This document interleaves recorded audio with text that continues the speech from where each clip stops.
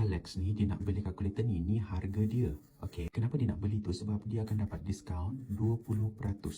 Okey, ni adalah diskaun. Jadi, soalan tanya, berapakah yang dia bayar selepas diskaun ini? Ini senang je benda ni, kita kena hilangkan nombor 6 yang kecil ni dulu. Sebab dalam dunia sebenar mana ada 6? Kan kita tak cakap 235 lepas tu ada 6 ke bawah ni, tak ada, tak logik. Jadi kita kena jadikan dia logik dulu. Jadi 235 and then asas 6 ni. Ni kita panggil dia sebagai asas. Kita akan bawa dia naik 6 and then dekat sini kuasa kosong, kuasa 1, kuasa 2. Ini cara untuk kita buat benda ni. Jadi kita buat juga dia pecah-pecah macam ni supaya kita tak confuse nanti. Atas akan darab dengan bawah, atas darab dengan bawah, atas darab dengan bawah. Jadi yang ini bila tekan kalkulator akan dapat 5, dekat sini 18 and then dekat sini ialah 72.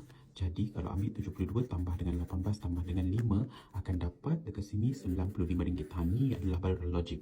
Jadi sebenarnya kalkulator ni ialah RM95 RM95. Next, kita nak tahu 20% ni sebenarnya berapa ringgit. Jadi macam mana kita nak tahu benda tu? Ambil je RM95 ni, kita darab dengan benda ni. Ini macam mana nak tulis? Kamu boleh tulis benda ni sebagai 20/100.